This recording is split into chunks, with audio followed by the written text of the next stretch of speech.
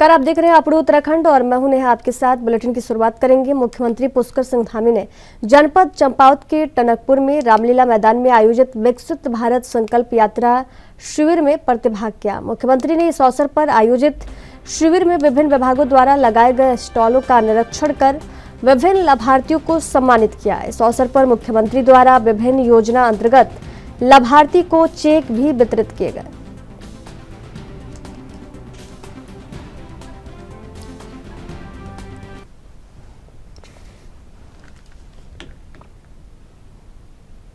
देहरादून में नगर आयुक्त गौरव कुमार ने बताया कि स्ट्रीट लाइट्स शहर की शोभा बढ़ाने के लिए होती है। ऐसे में पूरे शहर में 98,000 स्ट्रीट लाइट्स हैं। कुछ जगह ऐसी भी है जहां पर स्ट्रीट लाइट खराब है या फिर जल नहीं रही है। इसकी प्रतिदिन मेरे द्वारा एवं प्रशासक के द्वारा समीक्षा की जा रही है। जहां पर स्ट्रीट लाइट्स खराब है उनको तत्काल ठीक करने के लिए कहा गया है। इसके अलावा उन्होंने बताया कि कुछ जगह पर जहां पर स्ट्रीट लाइट्स नहीं पहुंच पा रही है वहां पर नगर निगम के द्वारा एडिशनल लाइट्स की व्यवस्था की जा रही है।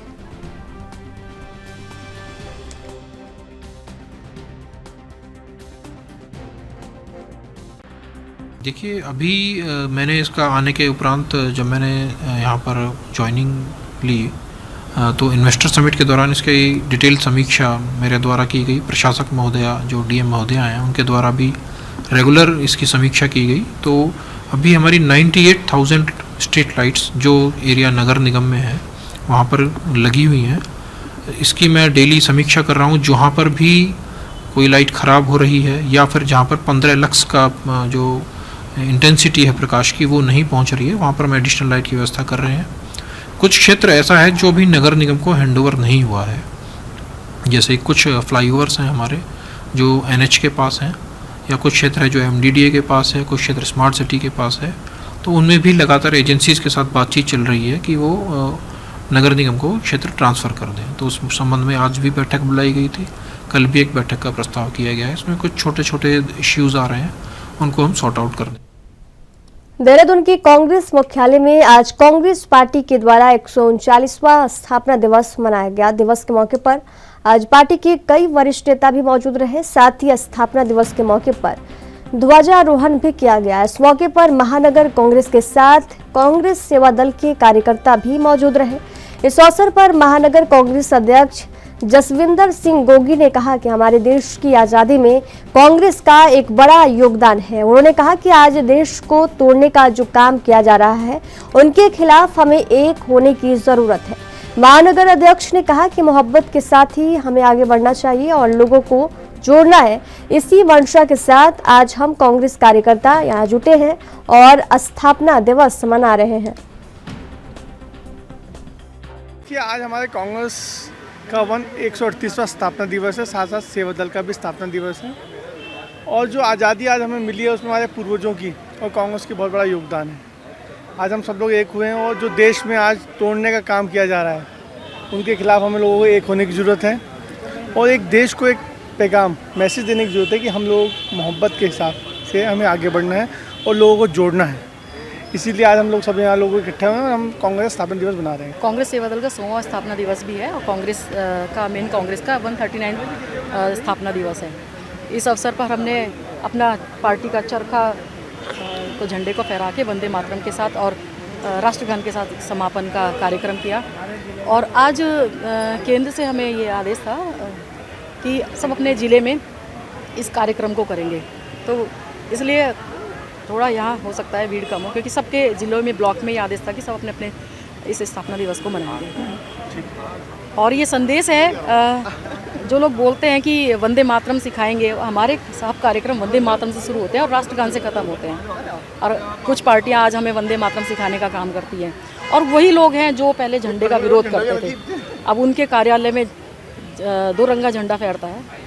तो हम दिखाना चाहते हैं 2 रंगा नहीं, तिरंगा, देश का झंडा चलाती रहूँगा। बिल्कुल, देखिए आज कांग्रेस का स्थापना दिवस है। आप सबको पता है किस तरीके से जब हम स्वतंत्रता की लड़ाई लड़ रहे थे तो कांग्रेस की स्थापना इस उद्देश्य से की गई थी कि जो जनता चाहती है उसको हम सड़कों पे लेके आए और अंग्रेज़ों से हम लड़ाई लड़ें। और आज भी देखिए स्थिति सेम है, इसलिए राहुल गांधी जी को भारत जोड़ो यात्रा के बाद हम तैयार हैं का आह्वान करना पड़ा, क्योंकि आज सत्ता में जो लोग बैठे हैं वो लोकतंत्र के खिलाफ हैं, लोकतंत्र की हत्या करने का हर दिन कार्य कर रहे हैं। आप समझिए 146 सांसद जो सदन से निलंबित हैं, उसके बाद सदन में क्या कार्य हो रहा है जब 146 सांसद निलंबित हैं तो।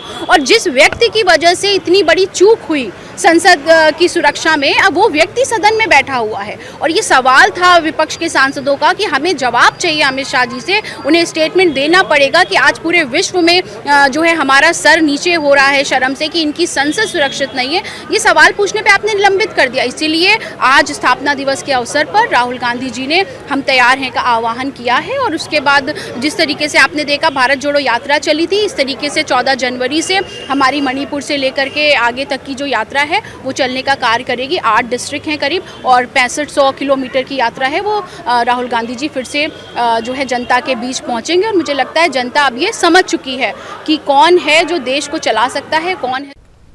राम जन्मभूमि अयोध्या में 22 जनवरी को फिर से भगवान श्री राम विराजमान होंगे। ये समाचार मिलने के बाद से साधु संत काफी खुश और उत्साहित नजर आ रहे हैं। ऋषिकेश के रहने वाले संत गौरांग रघु ने मीडिया से बातचीत में कहा कि हिंदू समाज के लिए 22 जनवरी का दिन ऐतिहासिक होगा। इस दिन से प्रत्येक हिंदू को राम जन्मभूमि पर फिर से भगवान राम के भव्य दर्शन करने का मौका मिलेगा। इस राम मंदिर के लिए जितने भी लोगों ने अपने जीवन का बलिदान दिया उनको कोटि कोटि नमन करते हैं। उन्होंने सभी राम भक्तों के समय निकालकर अयोध्या में भगवान श्री राम के विराजमान होने की तारीख का जमकर प्रचार प्रसार करने की अपील की।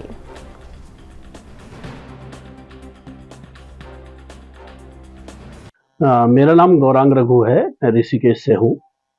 देखिए राम मंदिर के बारे में तो क्या मंदिर 22 जनवरी को उसका प्राण प्रतिष्ठा समारोह होना है और पूरे हिंदू समाज के लिए और भारतीय समाज के लिए, सनातन समाज के लिए बहुत करने वाला क्षण ये रहेगा।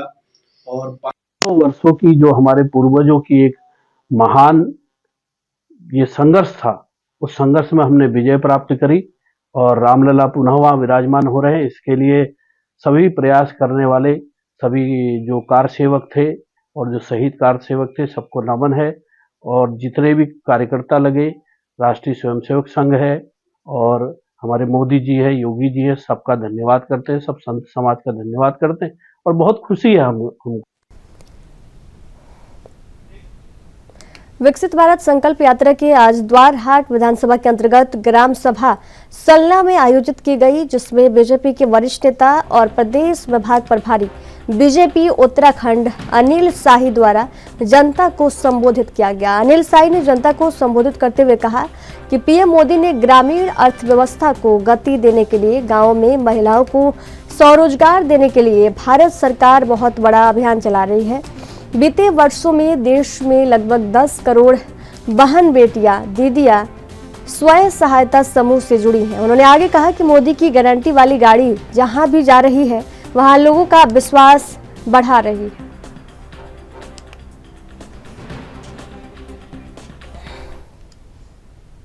स्वच्छ भारत अभियान के तहत गुरुवार को कोटद्वार में भारत स्काउट गाइड रैली को मंडी परिषद के अध्यक्ष सुमन कोटनाला ने हरी झंडी दिखाकर रवाना किया। कोटद्वार के जानकी नगर स्थित विद्या मंदिर में भारत स्काउट गाइड का 7 दिवसीय प्रशिक्षण शिविर चल रहा है। इसी के तहत आज कोटद्वार में जनता को जागरूक करने के लिए स्वच्छता अभियान को लेकर रैली निकाली गई।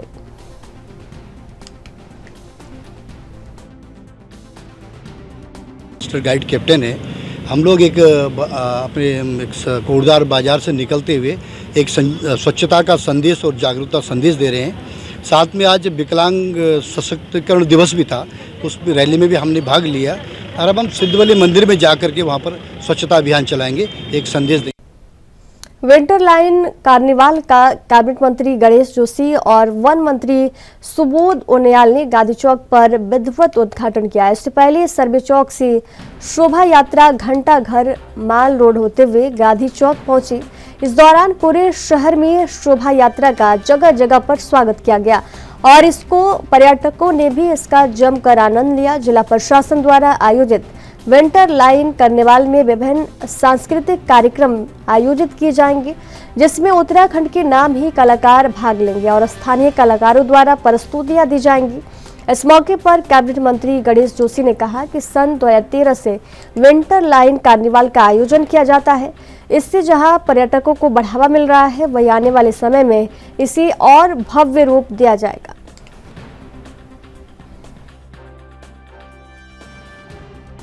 कार्निवल का उद्घाटन हो रहा है, किस तरीके से देखते हैं पर्यटन पर कितना असर पड़ेगा इसका? देखिए, निश्चित रूप से कई वर्षों से इसका आयोजन यहाँ पर कार्निवल का आयोजन किया और मसूरी में हो रहा है। मुझे भी कई बार आने का अवसर मिला और जिस तरह आप देख रहे हैं कि इस समय विंटर्स में मसूरी में बिल्कुल पैक है टूरिज्म और टूरिस्ट का इतना आउटकम निश्चित रूप से वो भी उसको आनंद लेंगे। यहाँ की संस्कृति से भी वो कहीं ना कहीं उसकी जानकारी उन्हें मिलेगी और मसूरी के स्थानीय लोगों के साथ इनको भी मनोरंजन का इससे फायदा मिलेगा। लेकिन जितने हिल स्टेशन हैं इनके कार्निवाल का एक अपना विशेष महत्व होता है कि जिसमें आप देखते हैं कि लोग जाड़ों के मौसम में जिससे लोग आनंद लेते हैं ठंड का, उसके लिए मैं समझता हूँ मसूरी कार्निवाल। इस साल हम लोग यहाँ पे मसूरी विंटर लाइन कार्निवल कराते हैं और 27 से 30 का है। फूड फेस्टिवल भी इसके साथ इनॉग्रेट हो रहा है। अलग अलग तरह के पकवान, अलग अलग तरह के व्यंजन यहाँ पे जो पर्यटक है उनके लिए लगाए गए हैं, स्टॉल्स लगाए गए हैं। साथ ही कल्चरल एक्टिविटीज़ हैं, एडवेंचर्स की जो स्पोर्ट्स एक्टिविटीज़ हैं वो हैं और अलग अलग तरह की यहाँ पे एक्टिविटीज़ हमने की हैं, जिससे कि पर्यटक के साथ साथ जो लोकल हैं वो भी पूरी तरह से इस कार्निवल का जो लुत्फ़ है वो उठा सकें।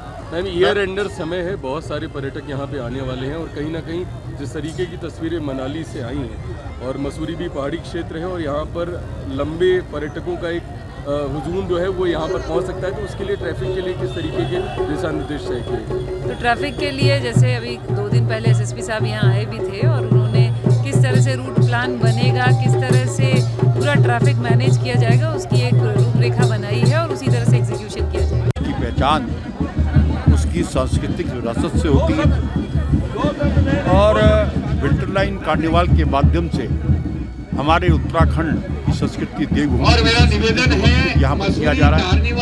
मुझे याद है जब आपदा आई थी 2013 में, तो एक संदेश चला गया था कि आपदा पूरे उत्तराखंड में टूरिस्ट आ नहीं रही था। उस टाइम बहुड़ा जी सीएम थे, तो टूरिस्टों को आकर्षित करने के लिए विंटर लाइन कार्निवल की शुरुआत की थी और जो लगातार आज चल रहा है। आज पूरे प्रदेश की झांकी यहाँ पर दिखाई गई, चाहे दूर से चमोली हो, मुंशियारी हो, पिथौरागढ़ हो, जौनसार हो, हर क्षेत्र के कलाकार यहाँ पर थे और जो पर्यटक यहाँ पर आएंगे तो इस संस्कृति का आनंद लेंगे और इस प्रकार के आयोजन के माध्यम से जहाँ संस्कृति का आदान। राज्य भर में जमीन की खरीद बिक्री से संबंधित धोखाधड़ी के बढ़ते मामलों के दृष्टिगत और जनभावनाओं के अनुरूप भूमि की अनियंत्रित खरीद फरोख्त को रोकने की मांग करते हुए कांग्रेस कार्यकर्ताओं ने महानगर अध्यक्ष डॉक्टर जसविंदर सिंह गोगी के नेतृत्व में उत्तराखंड में एक कड़े भू कानून की मांग की है। साथ ही महानगर कांग्रेस द्वारा जिलाधिकारी के माध्यम से इस संबंध में राज्यपाल को एक ज्ञापन भी प्रेषित किया गया है, जिसमें मांग है कि उत्तराखंड में जमीनों की अनियंत्रित खरीद फरोख्त को कड़ाई से विनियमित करने की आवश्यकता है।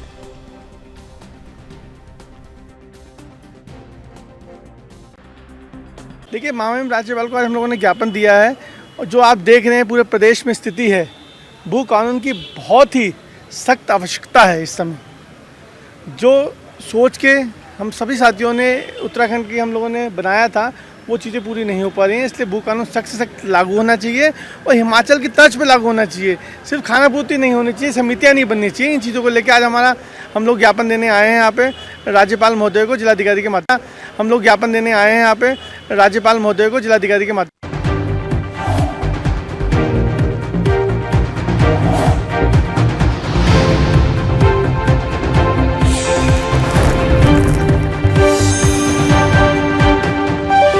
ब्रेक के बाद एक बार फिर से आप सभी का स्वागत है। बढ़ेंगे अगली खबर की ओर। 2 वर्षों तक देश भर में असमंजस की स्थिति बनाने वाली कोविड-19 के नए वेरिएंट JN1 ने देवभूमि उत्तराखंड में भी अपने प्रवेश के संकेत दे दिए हैं, जिसके चलते देहरादून जनपद में 16 संदिग्ध मरीज मिले हैं। इस बात को लेकर उत्तराखंड की DG health doctor Vinita Shah ने कहा कि स्वास्थ्य विभाग पूरी तरह सतर्क है और स्वास्थ्य सचिव द्वारा एडवाइजरी जारी कर दी गई है। साथ ही उन्होंने कहा कि 9 वर्ष में बाहर के राज्यों से ज्यादा लोगों के उत्तराखंड आने की संभावना है, जिसकी वजह से सभी जिलों के CMO को निर्देशित कर दिया गया है और अभी तक किसी मरीज में JN1 की पुष्टि नहीं हुई है।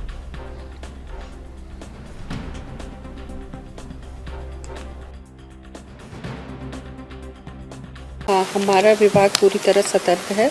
सचिव महोदय द्वारा एडवाइजरी जारी कर दी गई है और बार बार CMOs को भी VC के माध्यम से निर्देशित किया जा रहा है कि कोई भी संदिग्ध मरीज जो है उसका टेस्टिंग ज़रूर करे। और ये अभी आगामी 9 वर्ष के हिसाब से भी ज़्यादा लोगों की आने की संभावना है, तो उस संबंध में निर्देश दे दिए गए हैं। फिलहाल अभी कोई भी केस ऐसा रिपोर्ट नहीं हुआ है और हर केस का जो RT-PCR जिसका होगा उसका जीनोम सीक्वेंसिंग के लिए भी आदेश दे दिए गए। कॉमन कोल्ड इस सीज़न में जाड़ों में अधिकतर रहता है, उसी में इसकी रिपोर्टिंग हो रही है और ये एक तरह से कॉमन कोल्ड ही है। फिलहाल लगभग एक केस कल मिला हुआ है और मौसम जैसे ठंड का मौसम बढ़ रहा है, इस हिसाब से ये केसेस कॉमन कोल्ड होना ज़रूरी है। और मेरी यही एडवाइस है, लोग ठंड से बचाव रखें और तबीयत कोई भी परेशानी होने पर अस्पताल में जरूर रिपोर्ट करें। देहरादून जनपद में आए कोविड-19 और स्वाइन फ्लू के संदिग्ध मामले और 9 वर्ष को देखते हुए राजधानी देहरादून का दून अस्पताल अब अलर्ट मोड में आ गया है। आपको बता दें कि 2 दिन पहले देहरादून जनपद में कोविड के 16 संदिग्ध मामले और स्वाइन फ्लू के 2 मामले मिले थे, जिसे देखते हुए दून अस्पताल सजग हो चुका है। इस बात को लेकर दून अस्पताल के DMS डॉक्टर धनंजय डोभाल ने कहा कि 9 वर्ष को लेकर लोगों के लिए सोशल डिस्टेंसिंग का पालन करने की एडवाइजरी जारी की गई है और लोगों को भीड़ भाड़ वाले इलाकों में जाने से बचने की आवश्यकता है। साथ ही उन्होंने कहा कि अस्पताल में आपातकाल विभाग को रोस्टर बनाने के निर्देश दिए गए हैं, जो अपनी ड्यूटी के अनुसार रोस्टर लगाएंगे और डॉक्टरों की मौजूदगी को सुनिश्चित करेंगे।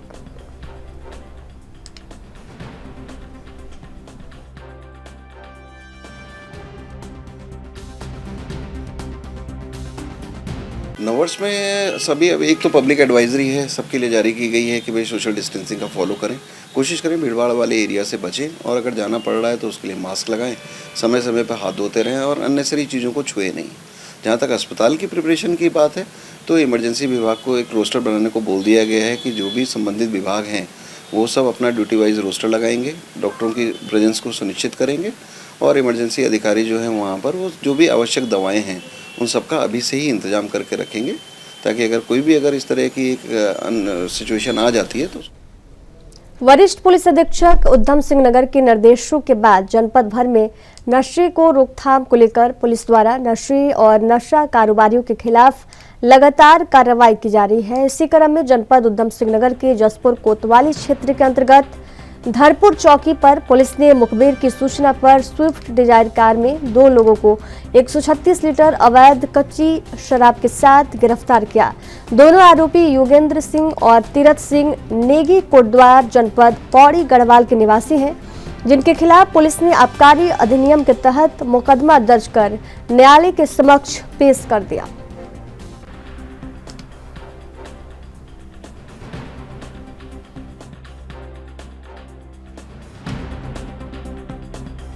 उच्च अधिकारियों के निर्देश हैं कि जो भी अवैध शराब है और नशे के विरुद्ध कार्रवाई करनी है, तो इसके सभी थानेदारों को और सभी चौकी इंचार्जेस को उसको निर्देश दिए गए हैं। इसी क्रम में आज ये हमारे जसपुर कोतवाली के धर्मपुर बैरियर पर एक सूचना प्राप्त हुई थी कि एक स्विफ्ट डिज़ायर कार में कुछ अवैध कच्ची शराब का परिवहन किया जा रहा है। तो इसी सूचना पर जब हमने इसमें चेकिंग की गई तो एक स्विफ्ट डिज़ायर कार जो कि जिसमें टैक्सी के रूप में जो संचालित हो रही थी, उसमें 2 लोग थे। उन दोनों के द्वारा इसमें से जब चेकिंग की गई तो उसमें कच्ची शराब उनके पास मिली, जिसमें 91 पाउच है, जो कि अवैध रूप से परिवहन की जा रही थी। गाड़ी के भी कागज़ उनके पास मौजूद नहीं थे। इन दोनों व्यक्तियों को मौके से अरेस्ट किया गया है और इसमें जो भी ये दोनों व्यक्तियों के द्वारा बताया गया कि ये कोटद्वार से इसको ले जा रहे थे और रहने वाले भी ये लोग कोटद्वार के हैं। तो आज इसमें मुकदमा हम लोगों ने पंजीकृत कर लिया है। अन्य राज्यों के साथ साथ अब उत्तराखंड के कुमाऊं में भी कोहरे ने दस्तक दे दी है। बढ़ती ठंड और गिरते तापमान ने लोगों की मुश्किलों को बढ़ा दिया है। सड़कों पर वाहन भी रेंग रेंग कर चल रहे हैं। ऐसे में सड़क दुर्घटना होने का खतरा भी बढ़ जाता है। वही जनपद उधम सिंह नगर के जसपुर में मौसम के पहले कोहरे ने जनजीवन अस्त व्यस्त कर दिया। आलम यह है कि सड़कों पर वाहन भी रेंग रेंग कर चलते हैं। शहर में लोग जगह जगह अलाव जलाकर ठंड से बचाव करते नजर आए। वही स्थानीय निवासियों का कहना है कि कुमाऊं में पहली बार कोहरे ने दस्तक दी है। अभी नगर पालिका की तरफ से किसी प्रकार की अलाव की व्यवस्था नहीं किया गया है। वही छोटे बच्चों को स्कूल आने जाने में भारी परेशानी हो रही है। ठंड के कारण लकड़ी मंडी भी पूरी तरह नहीं खुल पा रही है। लकड़ी मंडी में भी मजदूर तबके के लोग अलाव जलाकर ठंड से बच रहे हैं।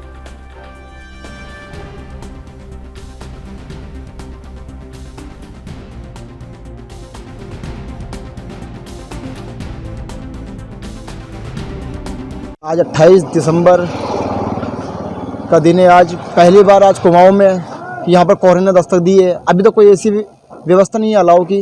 देखते हैं प्रशासन क्या भी व्यवस्था करते हैं। पहले नगर पालिका क्षेत्र में आते थे तो पहले अध्यक्ष यहाँ पे व्यवस्था करते, लेकिन अब देखते हैं पहली ठंड की व्यवस्था कैसे करते हैं प्रशासन। तो तब मैं अब घर से निकल रहा था तो छोटे बच्चे स्कूल जा रहे थे। उसमें जो बहुत छोटे बच्चे थे, मैंने सारे उनको देखा, वो बच्चे स्कूल नहीं जा रहे क्योंकि उनके पेरेंट्स उनको स्कूल भी ना भेजे तो अच्छी बात है, क्योंकि इतना ठंड का माहौल है अभी। और यहाँ की जो मार्केट है, जो लकड़ी मंडी है, अभी पूर्ण रूप से नहीं खुल पा रही है। और जितने भी यहाँ मजदूर तबके के लोग हैं वे बेचारे सब अलाव के 5 बेड का हाथ ताप रहे हैं। तो प्रशासन से क्या मांग है? प्रशासन से यही मांगे कि यहाँ पर जितनी जल्दी से जल्दी हो सके अलाव की व्यवस्था कराई जाए। चौराहे पर, हर चौराहे पर व्यवस्था कराई जाए। और जितने भी आने वाले यात्री है जो भी बाहर से यात्रा करने आ रहे हैं, वो जहाँ जाए बस स्टैंड पर रुके तो उनके लिए हाथ तापने की व्यवस्था करी जाए। मेरा नाम तजम्मुल हसन। हम लोग तो अपने यहाँ बैठे हैं लकड़ी मंडी में। ऐसे तो कोहरा हाईवे पे दिक्कत करेगा, ट्रैफिक की व्यवस्था बिगड़ जाएगी सारी। जब कोहरा आता है तो आने वाली गाड़ियाँ दिखाई नहीं देती, इंडिकेटर से लोग चलाते हैं, फॉग लाइट जलाते हैं। थोड़ा अलाव की व्यवस्था की जाए, जो लोग ठिठुर रहे हैं सर्दी से उन्हें राहत मिलेगी।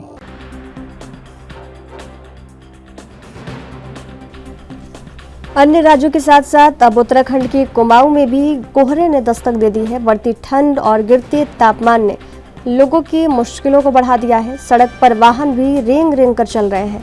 ऐसे में सड़क दुर्घटना होने का खतरा भी बढ़ जाता है।